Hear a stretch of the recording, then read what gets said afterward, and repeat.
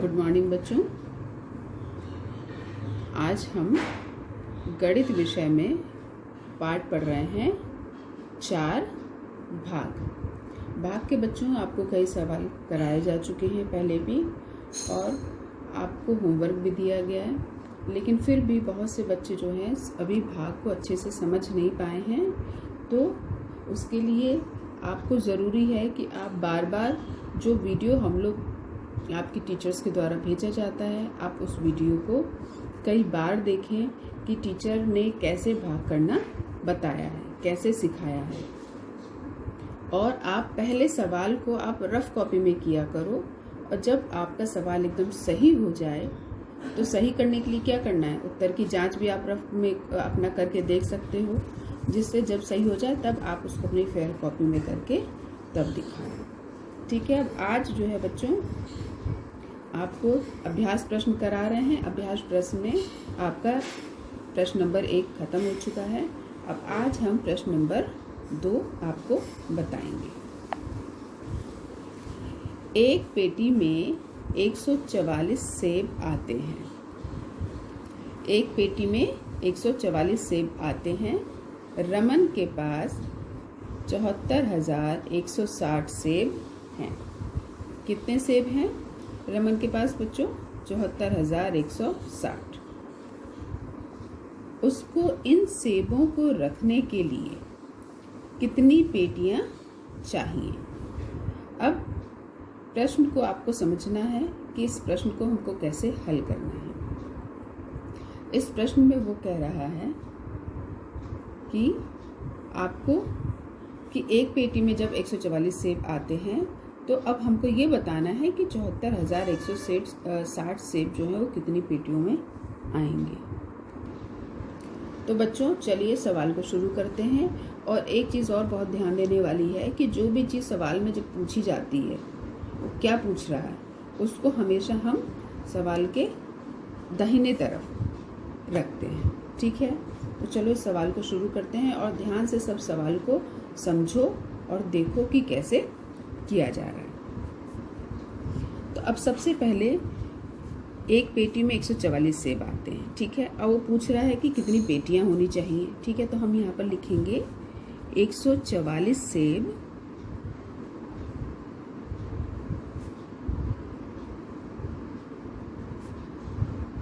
आते हैं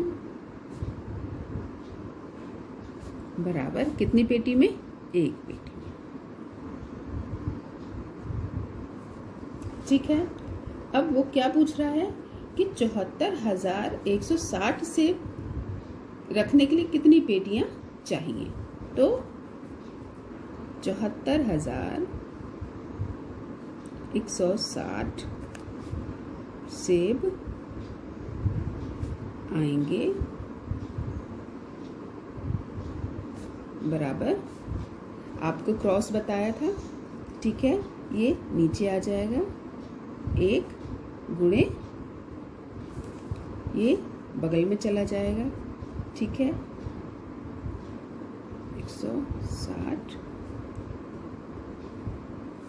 और ये जो 144 है ये इसके नीचे आ जाएगा। ठीक है। हम इसको ये भी कह सकते हैं कि 1 गुणे 74,160 भागे 144। ठीक। इस प्रकार से बच्चों इतना हमने कर लिया। अब इसका मतलब इन दोनों में गुणा हो गया है। ठीक है। 160 बराबर 144।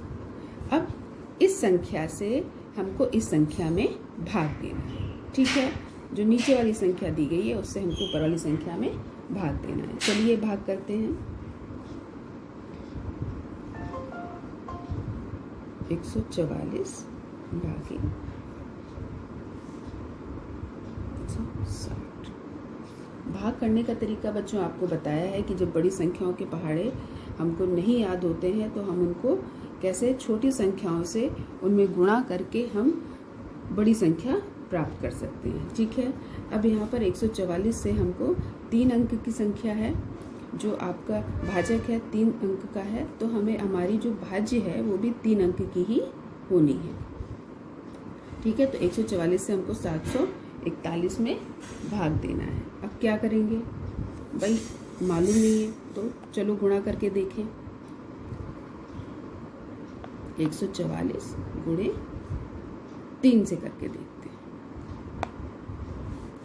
ठीक है, अब 3 चौक 12 हासिल आई 1, 3 चौक 12 और 1 13 हासिल आई 1, 3 एक कम 3 और 1 4, 432। तो अभी हो सकता है और किसी और नंबर से हम करके देखें। हमें इसके करीब तक पहुंचना, जो करीबी नंबर सबसे होगा हमको उसको लेना है। इससे छोटा होना चाहिए, बड़ा नहीं होना चाहिए। चलिए अब हम करके देख लेते हैं। 144 गुणे 5, ठीक है, 5 चौक 20 हासिल आई 2, 5 चौक 20 2 22 हासिल आई 2, 5 एक कम 5 और 2 7, 720।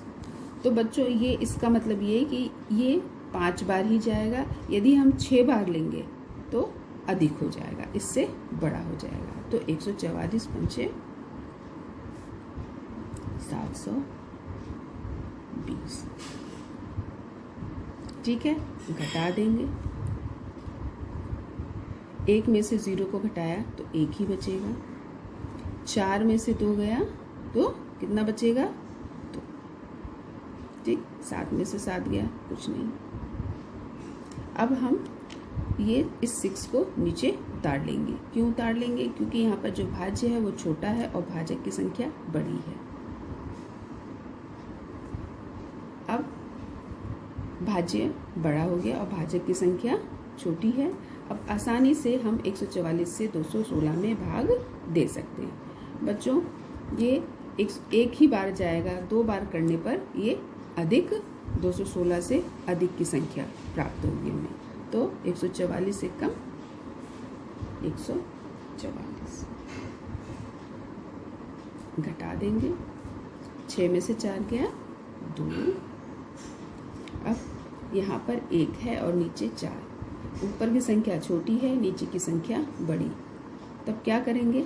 हमेशा बगल वाले से बाईं तरफ वाली संख्या से हम एक उधार ले लेंगे। जब उधार ले लेंगे तो ये कितना हो जाएगा बच्चों? ये हो जाएगा 11, और 11 में से 4 को घटाएंगे तो बचेगा कितना?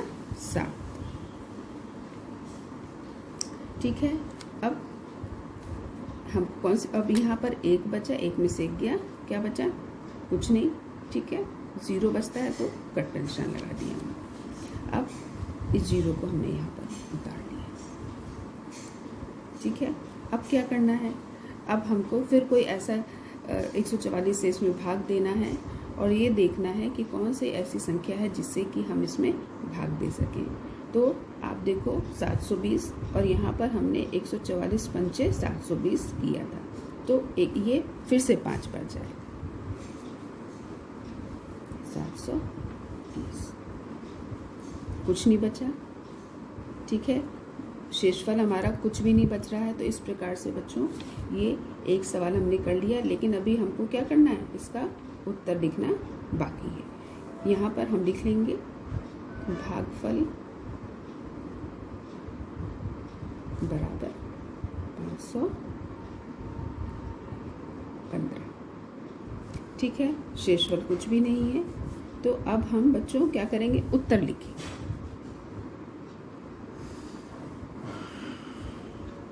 उत्तर 74,160 सेब कितनी पेटियों में आएंगे? सेब 515 पेटियों में आएंगे।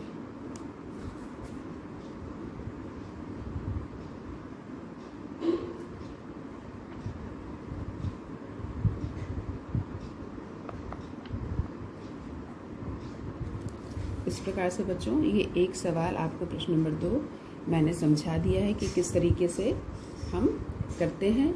जो भी चीज़ पूछी जाती है उसको हम हमेशा दाहिने तरफ लिखते हैं और इस प्रकार से हमारा जो कभी भी भाग है वो हमेशा हमारा सही आएगा। तो इसलिए बच्चों आप इस सवाल को करते समय आप इसको करने की कोशिश कीजिए, और जब भी करते हैं तो आप कहीं पर अटकते हैं, आप तुरंत वीडियो देखिए और सवाल करना सीखिए। बच्चों, अब मैंने एक प्रश्न और लिया है, प्रश्न नंबर 3। ये प्रश्न मैंने आपको होमवर्क में दिया था करने के लिए, पर किसी भी बच्चे ने करके नहीं दिखाया है, तो इसलिए इस सवाल को भी मैं आपको करके बता रही हूँ ताकि आप आसानी से इस तरह के सवालों को कर सकें। प्रश्न दिया है, यदि भाजक कितना है 483 और भागफल 403 तथा शेषफल 50 हो तो भाज्य ज्ञात करो।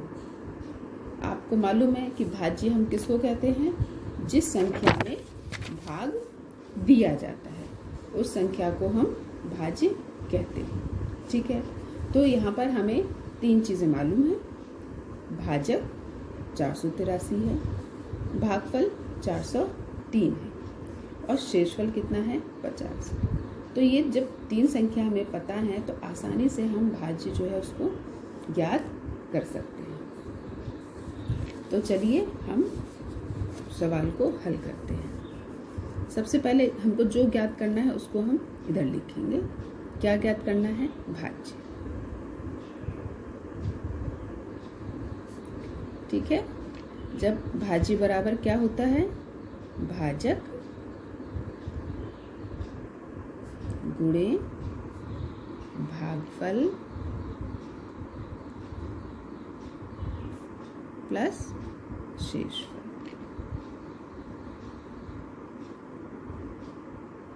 इसको आपको बहुत अच्छे इससे मैंने बताया था कि आपको इसको ध्यान में रखना है। आप जब भी कोई भाग का भी सवाल आप करते हैं तो उस सवाल को करते समय यदि आपको डाउट हो रहा है कि ये सवाल हमारा सही है या गलत है तो उत्तर की जांच भी हम कर सकते हैं। और उत्तर की जांच में हमने आपको बताया था कि तब क्या होता है? भाजक गुणे भागफल प्लस शेषफल बराबर, तब वो जो है ये जो भाज्य है ये और ये बराबर तब इधर आ जाता है, शेषफल के इधर आ जाता है बराबर भाज्य। ठीक है, तब हम इस तरीके से उत्तर की जांच कर लेते हैं। लेकिन चूंकि यहाँ पर हमको उत्तर की जांच नहीं करना है, हमको यहाँ पर भाज्य संख्या को प्राप्त करना है, उसको पता लगाना है कि भाज्य की संख्या कौन सी है। तो इसलिए भाज्य जो है हमारा भाजक के पहले आ गया। ठीक है, भाज्य बराबर भाजक गुणे भागफल प्लस शेषफल। इसको बहुत अच्छी तरीके से आपको ध्यान रखना है। ठीक है, तो अब हमारे पास देखो ये तीनों ही संख्या हमको मालूम है। बराबर भाजक कितना है 483 गुणे भागफल 403 प्लस शेषफल है 50। अब क्या करेंगे? अब हम इसको आपस में गुणा कर लेंगे। ठीक है, तो 483 गुणे 403 आपस में इनको जब हम गुणा कर लेंगे तो जो संख्या हमको प्राप्त होगी वो संख्या होगी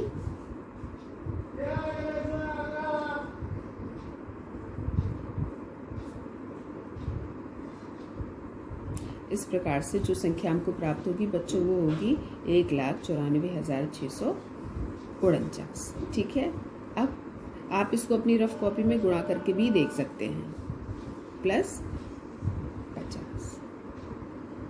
ठीक है, अब ये इतना आ गया। अब हमको क्या करना है? इसको जोड़ लेना है। बराबर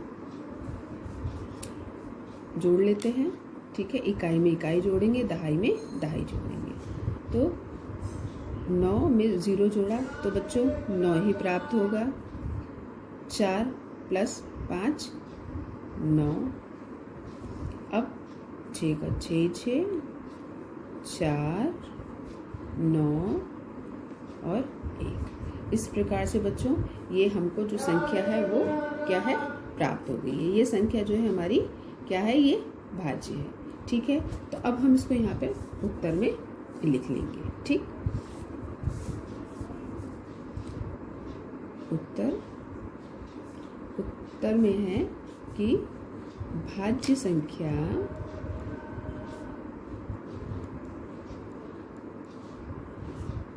1,94,699 होगी।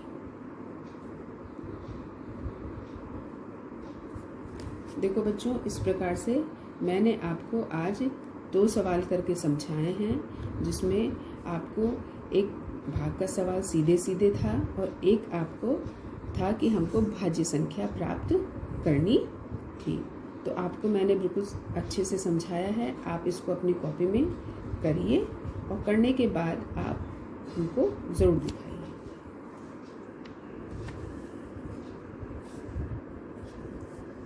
अब बच्चों,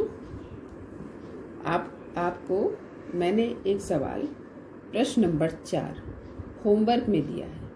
इसको आपको अपने आप से सवाल को समझना है और तब करना है। सवाल क्या है? एक किसान के पास 7,855 किलोग्राम चावल है। कितना है? 7,855 किलोग्राम। वह उन्हें 102 बोरों में बराबर बराबर रखता है। कितने बोरों में? 102। प्रत्येक बोरे में रखे गए चावल का वजन तथा शेष चावल का वजन कितना होगा? अब देखो, इसमें वो हमको कुल बता रहा है कि कितना चावल है, 7,855 किलोग्राम। और इस 7,855 किलोग्राम चावल को उसने कितने बोरों में रखा? बिल्कुल बराबर बराबर रखा। और वो बोरे कितने थे? 102। तो अब वो ये पूछ रहा है कि अब बताओ, उसने इस 102 बोरों में कितने किलोग्राम चावल रखे? बराबर बराबर रखा। तो हमको एक बोरे में रखे गए जो चावल है उसका हमको क्या पता करना है? उसकी मात्रा पता करनी है कि कितने किलोग्राम चावल रखा गया और साथ ही कितना शेष बचा। ठीक है, तो आसानी से आप इस सवाल को कर सकते हैं। आप पहले की वीडियो भी दी गई हैं, आप उन वीडियो से देख करके भी आप मदद ले सकते हो। और इसको पहले बच्चों आप अपनी रफ कॉपी में करना। जब रफ कॉपी में करना, उत्तर की जांच भी कर लेना। और यदि नहीं समझ में आ रहा है तो आप इसको पूछ सकते हैं। ठीक है, व्हाट्सएप पे आप इसको मैसेज कर दीजिए और उसके बाद नहीं आएगा तो मैं आपको इसको बताऊंगी। आप इस सारे काम को अपनी कॉपी में अच्छे से करके आप इसको दिखाइए।